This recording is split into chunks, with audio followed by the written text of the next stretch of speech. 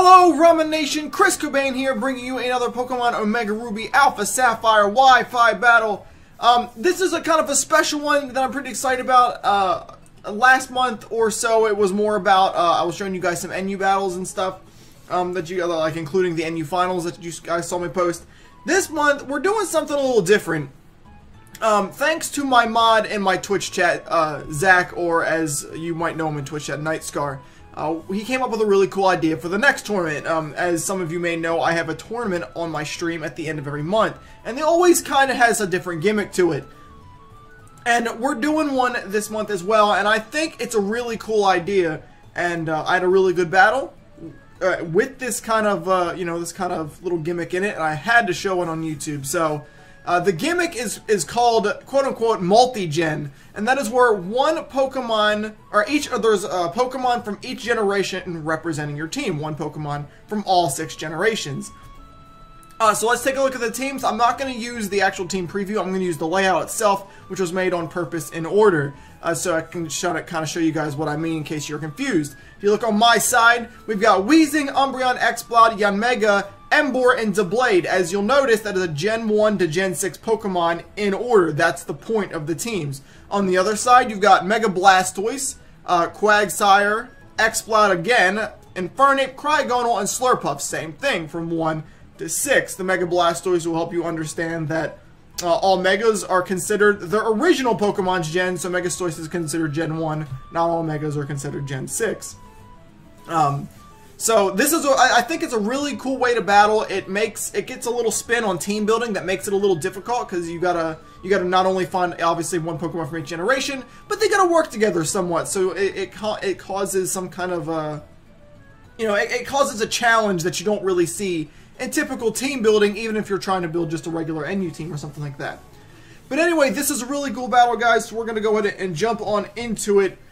This one was a lot of fun. So my lead here is going to be Exploud. When he's on my team, he's almost always the lead. The only thing he's scared of in one-on-one situations are powerful fighting types. Now, Infernape fits that mold, but on this team, I have 2 counters to fighting types like that, Weezing and Doublade, so I'm not worried about him leading. He leads with the Megastoise. I actually stayed in here. I wasn't sure if I could take an Aura Sphere or not from this thing with its Mega Launcher, but I went to try. Turns out he switches into Exploud, and Exploud has Soundproof. That's really uncommon. He typically is scrappy like mine, but that's still really cool, and obviously I'm forced to switch on my specs. Now, I actually made a slight misplay here. Again, even though I just saw Soundproof, I immediately assumed Scrappy again. I could have switched into the Blade and ate that up. Obviously, it wouldn't have done any damage because he's not Scrappy, so he can't hit Ghost. But instead, I switched to my special wall, which is going to be Umbreon, who takes that like a champion considering. I'm going to go ahead and hit Toxic on this guy right now, just to get him down. Now, here, I actually was going to sack Umbreon. I didn't see a real way to get around this. I knew that if I switched into Blade, he would switch in Quag, and I didn't really have great switch-ins for Quag either, with Umbreon so low. So I was kind of at a stuck right off the bat. But he ends up switching out instead. I think he predicted Protect. So he wanted to bring in, you know, his Stoise to be able to get the free Mega off and, you know, hit me with the Aura Sphere and all that stuff. Either way, I actually keep my Umbreon alive, which is really nice. So at this amount of HP, this Blastoise is also a ginormous problem. Unfortunately, both his special attackers kind of broke my special wall easily, whether it was the Specs Boom Burst or the Mega Launcher Aura Sphere. But I knew I could take one, so I was going to go ahead and stay in anyway. I take that again like a champion, and I'm going to Toxic him as well. So that's the most I can really hope for my Umbreon. He's actually not a Stally set. I don't carry Protect. He's got Moonlight and Toxic, obviously, but his other two moves are actually Curse and Payback. His point, obviously, to kind of wall off a little bit, get some curses up, and then fight back with Payback and Toxic those who won't die to Payback. So now I'm actually going to switch out because I know he's going to Aura Sphere again. That's pretty obvious, and I have an easy switch into that. That's going to be Speed Freak, the Yanmega, who's going to eat it up like a champion. It actually does a good bit, you'll see here. That's the power. That's pretty crazy, considering Yanmega's decently bulky and double resist that, and it still does a pretty decent chunk of damage there. So now at this point, I'm just going to go ahead and go for Giga Drain. I kind of figured he'd switch into Cryogonal here. That was easily his best switch, but I figured I'd give it a shot anyway. Maybe he thought he could live a Giga Drain. He might have, but I would have taken the death on Yanmega to deal a massive amount of damage to him anyway at this point in the match. But he does just go straight for the switch into Cryogonal, which is fine. No real surprises there. And I'm pretty sure I can handle this, no problemo. So I'm going to go ahead and switch out here, and I'm actually going to switch into Emboar, predicting an Ice attack. But I always forget that Cryogonal can learn knockoff. It doesn't really look like anything that should be able to knock off. I mean, what's it hitting you with? Its little chains in its mouth? I don't know. I don't know what it is. It does to use knockoff, but it has it, so it actually knocks off my Choice Scarf, which is a big deal. Choice Scarf does a lot for Emboar. Looking at his team, though, it doesn't really super scare me. Because I know since I'm max speed invested in Jolly, the only thing that's going to outspeed me base is Infernape, or obviously Slurpuff after Unburden. I'm just going to go for Superpower there. I could have gone for Flare Blitz, obviously, but I know he's got the Quag, he's got the Ape, the Exploud's weak to it, so I know he's not going to switch into Slurpuff, which is the only thing that would be bad for Superpower, so I'm just going to go for that. Now, I think Unaware ignores, does it ignore stat drops? I don't know. But either way, even if it didn't ignore stat drops, I know I can't kill it with another superpower. I don't want to take a Scald, and like I said, I still outspeed a lot of his team with my max speed, so I'm going to go ahead and keep Emboar alive for now. So, I switch into Exploud, who eats up a Scald easily, and I'm going to go ahead and go for Focus Blast this time for obvious reasons. Don't want to risk him going to that Exploud again. Again, Slurpuff is it's pretty safe to say he's not going to switch in Slurpuff, so I'm okay with that. I do a little over half to Cryogonal, such a good special wall, and he's going to go for knockoff. I wasn't sure without my specs if I could kill this with one more Focus Blast. I was just praying I hit because I know it can learn Recover, and thankfully Focus Miss finally plays nice, and I'm going to go ahead and actually it had to be barely take down that Cryogonal with Exploud, which means Exploud basically served his purpose here, which is to break the special wall, no problem. So he'll bring out Infernape now. I could have switched in Yanmega, I could have switched into Blade, I could have switched in Weezing even, but I think Subwoofer out of specs, he kind of served his purpose there. He would have smacked both Yanmega and Blade with Flare Blitz anyway, and Weezing can't really do much to him outside of Clear Smog. And I don't want to switch him in anyhow, so I just go ahead and switch him in right off the bat. That's obviously my best switch at this point, and he's going to be forced to switch out immediately, otherwise he's going to get bopped. So he's going to bring in his Blastoise again. I went for Clear Smog, it's my best chance, obviously. I could have Flamethrowered. Honestly, but that would have done a ton, obviously, even with the defense drops. And I knew he'd probably switch into either Quag or this, so Clear Smog was my best bet at this point. So now I'm obviously fearing the Water Pulse here, so I'm going to go out into Umbreon. Umbreon is at low HP. Like I said, unfortunately, both his special attackers on this team were just Umbreon counters. There wasn't much he was going to do. And I'm going to be forced to sack Umbreon here. But he did get a couple Toxics off. It is going to help wear down his team. And I'm good with that. I mean, Umbreon serves the purpose, more or less, which is to help wear down the Stoice enough for me to kill it, no problem. So he's going to take me out with another Water Pulse, which kind of sucks. Umbreon's a great Pokemon to have, but I'll take it anyway. But now that I've killed that Cryogonal with Exploud, I know that I can bring in Yanmega, no problem here. There's not much he can switch into that's going to take me on anymore, especially once I speed boost. Infernape would outspend, obviously, so it's pretty easy for me to go in, Expert Belt Giga Drain, take out the giant special threat that is this Blastoise. And that means Umbreon did it. Exploud not very fast. I know I can pretty much take it out with almost anything on my team at this point except for the Weezing. So it's not scary anymore, so Umbreon actually helped. So in comes Ape. Ape obviously is a Focus Sash set. That's the only reason you're bringing it in. Otherwise you're bringing in Slurpuff or possibly Exploud. No way you're bringing in an Ape if it's not Sash taking Air Slash. So I do the Air Slash. Obviously going to take him all the way down to Sash. Unfortunately, no flinch, and he's going to put me down with Fire Punch. I actually live with 10 HP, which I thought was really weird. And I thought maybe I could live with Mach Punch. You know, double resisted. You know, I only have 10 HP left, but unfortunately, Iron Fist and all that good stuff, it's actually going to take me out, which kind of sucks. But yeah, Mega did good there. I was happy with what he did. I can bring on Buster Blighter here. I have Shadow Sneak. I know I can take this down. I actually thought he'd fodder it off at this point. That's why I went for Shadow Sneak as opposed to like Sacred Sword or something. But he actually does go ahead and switch out into Quagsire to take the Shadow Sneak, which is completely fine. Obviously a good play at this point.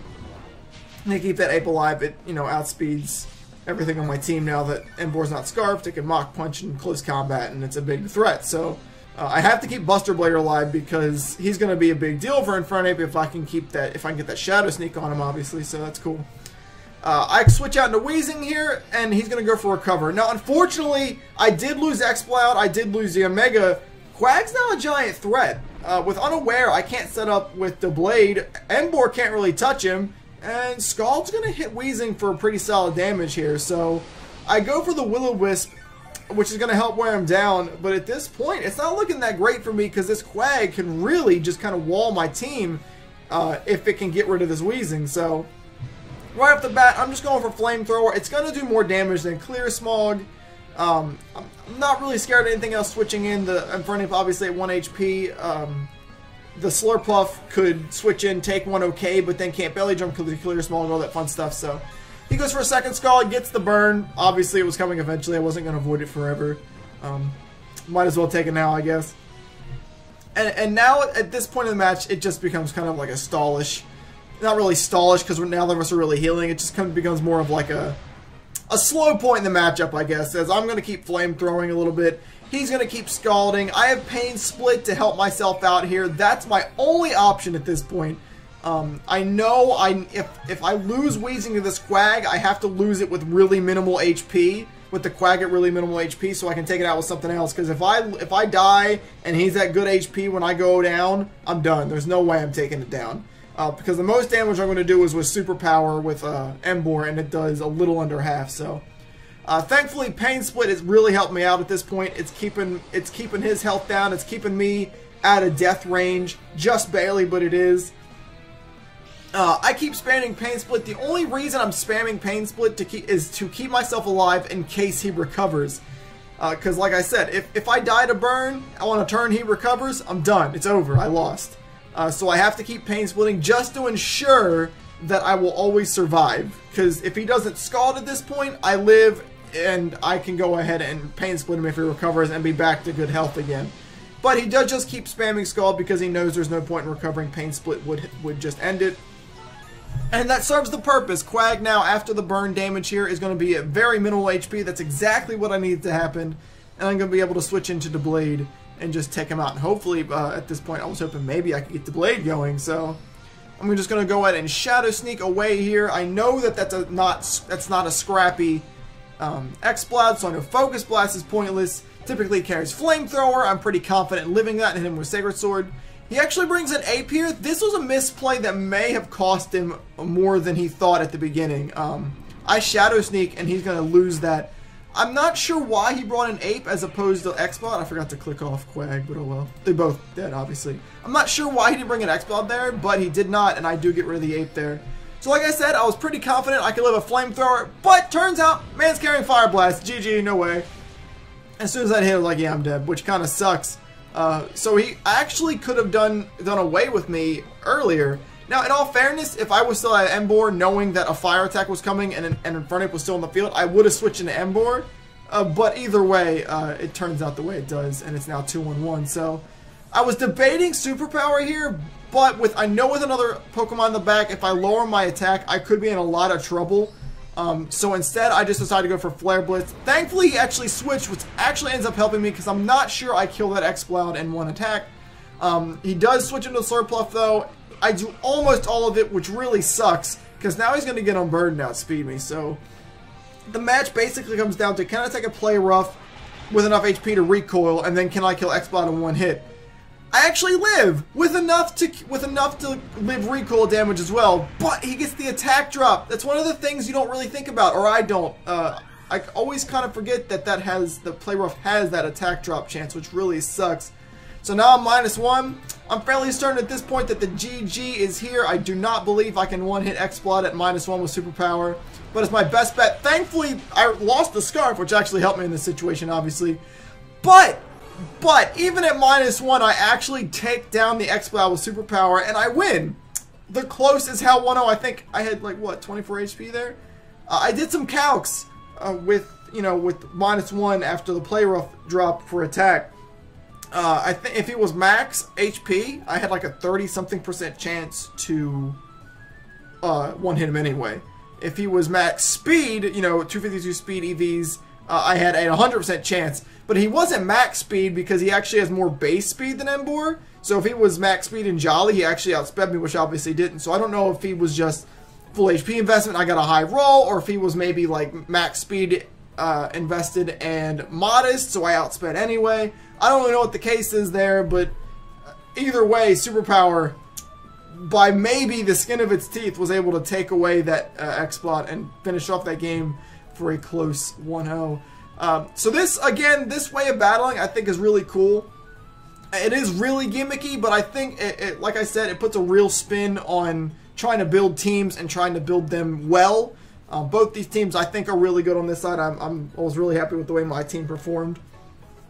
So hopefully there's more of these to come to YouTube shortly. We will be doing battles like this on my stream for a little bit. You know, probably not every day, but you know, some days here and there leading up to the tournament, so that I can practice, you know, building teams and making sure I can get them to work, so I know what team I'm going to run in a tournament. Anyway, obviously that is the end of the battle, guys. So thank you for taking the time out of your day to watch the video. I really do appreciate it, guys. If you guys enjoyed it, make sure you hit that like button at the bottom of the video. I really appreciate it. If you guys haven't done so, you can also subscribe to my YouTube channel. I try to get out videos as much as possible. And if you have not checked out my live stream, I encourage you to do so over at twitch.tv/xchriscobain. I'll put a link in the description below. Maybe we can be in one of these battles together and I'll get you guys on YouTube too. We'll see, right? Alright, but that is it from me, you guys, so I will check you guys out in the next video.